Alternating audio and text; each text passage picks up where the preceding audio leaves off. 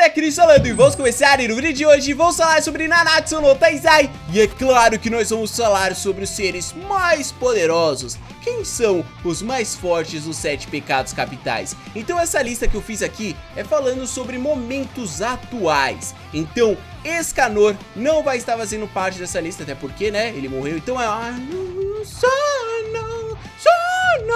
Então ele não vai fazer parte dessa lista, mas é claro que outras pessoas vão estar nessa lista, que são praticamente integrantes dos 7 pecados capitais. Então não vamos falar somente sobre os membros, mas sim também daqueles que são muito participativos. Então essa lista está sensacional e é claro, quando eu terminar ela, eu quero que vocês aí comentem e deixem sua opinião. O que vocês acharam dessa ranqueada? Mas antes disso, é muito importante que você deixe seu like para dar aquela fortalecida. E também, se você for novo, não se inscreva no canal, assim você vai perder nenhum vídeo novo quando sair. Então galera, dá todo o recado, vamos sem mais delongas, direto ao vídeo.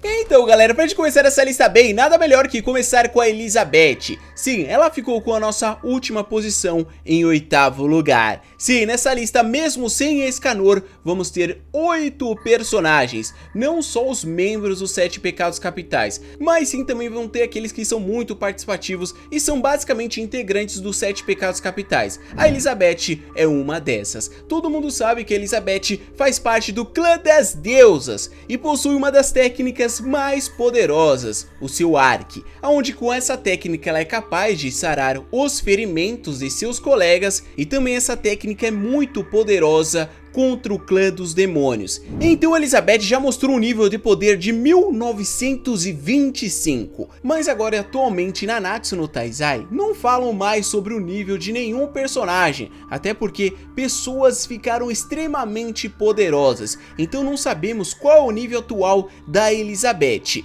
Mas mesmo a gente não sabendo o nível atual de poder dela, é claro que nós sabemos que sim, ela é muito poderosa, pois ela foi capaz de lutar contra o Rei dos Demônios, quando ele estava usando o corpo de Zeldris como receptáculo. Claro que o Rei dos Demônios estava no início ali tentando controlar o corpo dos Zeldris, não tinha recuperado nem um terço do seu poder, mas a Elizabeth lutou contra o Rei dos Demônios. Isso que importa, e nesse capítulo que ela lutou contra ele, nós conhecemos um pouco mais sobre o seu passado, onde 3.000 anos atrás ela era conhecida como a Elizabeth a Sangrenta e era temida pelo clã dos demônios. Mas isso é coisa do passado. Como atualmente esse foi o máximo que nós vimos da Elizabeth, por isso que ela acaba ficando com o nosso 8º lugar. Agora vocês vão ficar surpresos com quem ficou o 7º lugar. É claro que ficou com o Hawk, e vocês vão entender por que sim,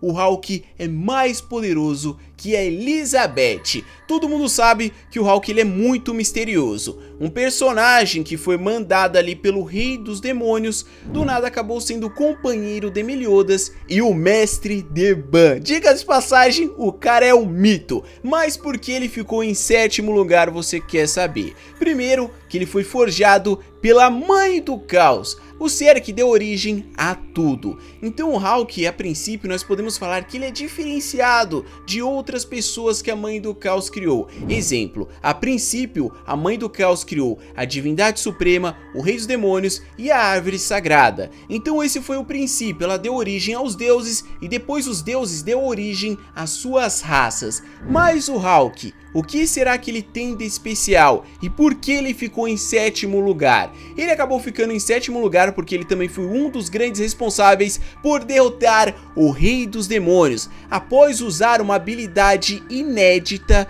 e não só isso, uma habilidade capaz de comer as trevas. E foi isso que ele fez com o Rei dos Demônios quando estava no corpo de Meliodas. E lembrando que o Rei dos Demônios estava quase chegando no seu auge de poder, então o Hawk foi um dos responsáveis naquela batalha para dar o fim ao Rei dos Demônios após acabar com toda a sua energia. Então, como a gente presenciou isso no mangá e não sabemos do que ele é capaz ainda de fazer, por isso que ele ficou em 7º lugar. Agora vamos para o nosso 6º lugar, e é claro que fica com a Diane. Agora nós começamos a falar sobre sobre os 7 pecados capitais. A Diane, sem dúvidas nenhuma, é muito poderosa, principalmente com o seu tesouro sagrado Gideon e além disso com a dança do dolor, onde ela pode sentir a energia da terra e assim aumentar o seu nível de poder. Mas é claro, ela ficou em 6º lugar, pois outros personagens que vocês vão ver aqui nessa lista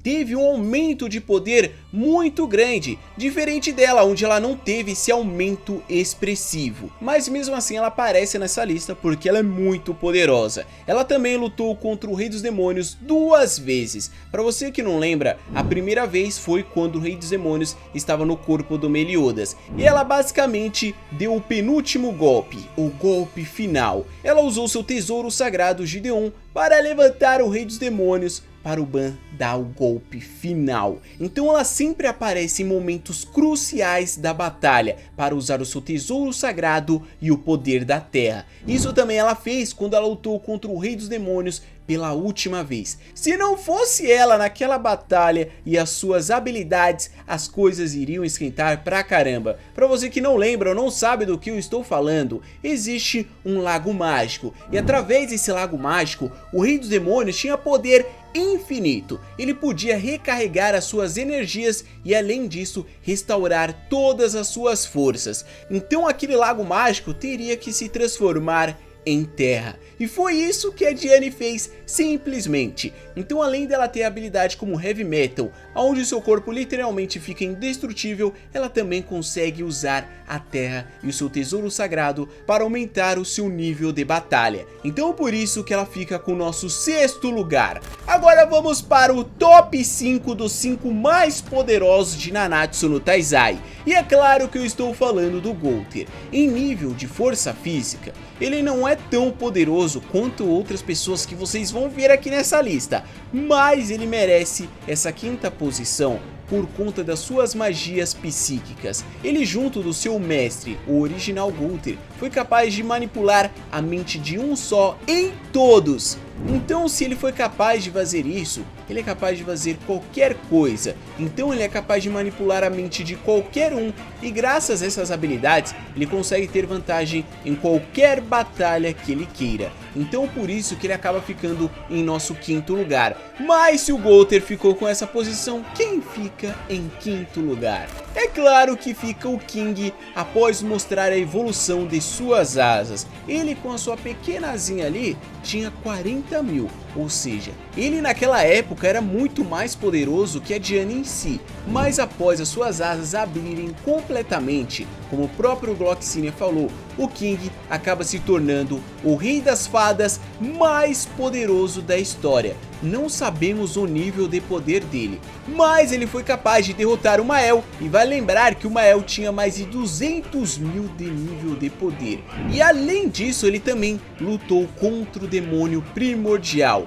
o primeiro demônio que o Rei dos Demônios acabou criando. Então mesmo ele tendo muitas dificuldades naquela batalha, o King foi capaz de mostrar a sua força mesmo estando muito esgotado. Então existe um porém, nos momentos atuais de Nanatsu no Taizai, ele perdeu essa transformação. Mas eu acredito que ele possa usar essa transformação quando ele quiser. Então por isso que ele acaba ficando em nosso 4º lugar, beleza? Agora em nosso 3º lugar, o top 3, é claro que vai ficar o Ban, que não é mais imortal. Para você que está acompanhando o mangá sabe, mas para você que não sabe, o Ban acabou perdendo a sua imortalidade. E isso aconteceu quando ele trouxe a vida a Elaine. E para isso acontecer, quando a bichinha estava lá quase falecendo, ele teve que repassar todo o poder da fonte da juventude para Elaine. Então ele não é mais imortal, mas essa falta de imortalidade nos momentos atuais não faz muita diferença. Até porque o cara ficou no purgatório por vários anos. Claro que lá o tempo é diferente e na Terra não foi tanto tempo, mas ele ficou muito tempo no purgatório. Como o próprio Meliodas acabou falando, o Ban foi o único cara que conseguiu sobreviver pois o ar dali é extremamente modificado. Então, além do Ban conseguir sobreviver no purgatório, ele ganha novas habilidades como poder de cura e, além disso, o seu nível de poder aumentou muito. É como literalmente aquilo fosse uma sala do templo para ele. E após ele sair do purgatório, ele foi o cara que bateu de frente, equiparado contra o Rei dos Demônios, e também foi o cara que deu o golpe final. Então o humano fazer isso é algo extremamente grandioso, e quem viu essa batalha sabe quão poderoso o Ban ficou. Ele, sem dúvidas nenhuma, junto com o King, foi os personagens que tiveram mais upgrade no mangá. Mas agora vamos para os nossos dois últimos, e é claro que vocês vão saber quem ficou em primeiro, até porque a Merlin fica com nossa segunda posição. A Merlin fica com nossa segunda posição, até porque não tem muito o que falar sobre ela. Ela possui o Infinity, e além disso ela é a filha de um ser tão poderoso, aonde ninguém consegue compreender a sua língua. Então, nos momentos atuais de Nanatsu no Taizai, ela foi responsável por trazer uma nova era, a Era do Caos. Uma era que não sabemos muito bem o que vai acontecer, mas grandes vilões mais poderosos que o Rei dos Demônios pode estar surgindo por conta dela, e o seu nível de poder é extremamente elevado. Lembrando que a única pessoa que o Meliodas falou que teria medo de enfrentar em uma batalha é a Merlin. Então, por esse motivo e mais outros 1000, ela merece ficar em segundo lugar. Não tem muito o que falar sobre ela. Mas agora vamos para o nosso primeiro lugar, que acaba ficando com o Meliodas. Todo mundo sabe que o Meliodas teve um upgrade que, minha Nossa Senhora! Ele, com a sua transformação, com o nível de um poder de um Rei dos Demônios, foi o ápice do Meliodas. Ninguém conseguia bater de frente com ele com esse poder. Com essa transformação, ele foi capaz de quebrar as maldições tanto dele quanto da Elizabeth. Mas, como estamos falando de níveis atuais, ele também perdeu essa transformação. Ele não tem mais essa transformação. Mas mesmo ele não tendo mais essa transformação, ele merece ficar em primeiro lugar. Até porque no mangá, o autor, o Nakaba Suzuki, acaba dizendo que o Meliodas só está um pouco abaixo da Mama Hawk. Estamos falando da Mãe do Caos. Então tem muita coisa ainda que o Meliodas não mostrou pra gente. Então, mesmo ele perdendo essa transformação e ficando um pouco abaixo da Mãe do Caos, mostra que o Meliodas é muito poderoso, e nós vimos isso ao decorrer do anime. Também foi responsável por lutar contra o Rei dos Demônios sem essa transformação. Ele só usou essa transformação para dar o golpe final. Então ele também lutou com o Rei dos Demônios com todo o seu poder e restauração completa. Então por isso ele merece ficar com o nosso primeiro lugar. Mas enfim, essa foi a lista que eu acabei criando aqui de acordo com a minha opinião nos momentos atuais do mangá. Você concorda com ela? Você discorda em algum ponto? É muito importante que você comente e deixe o seu like. Mesmo que você não concorde, fale assim, vou deixar o like só pro YouTube ajudar na recomendação. Então deixe o seu like para dar aquela fortalecida. E também, se você for novo, não se esqueça de se inscrever, assim você não vai perder nenhum vídeo novo quando sair. Então galera, muito obrigado pela sua audiência, tamo juntos, até o próximo vídeo.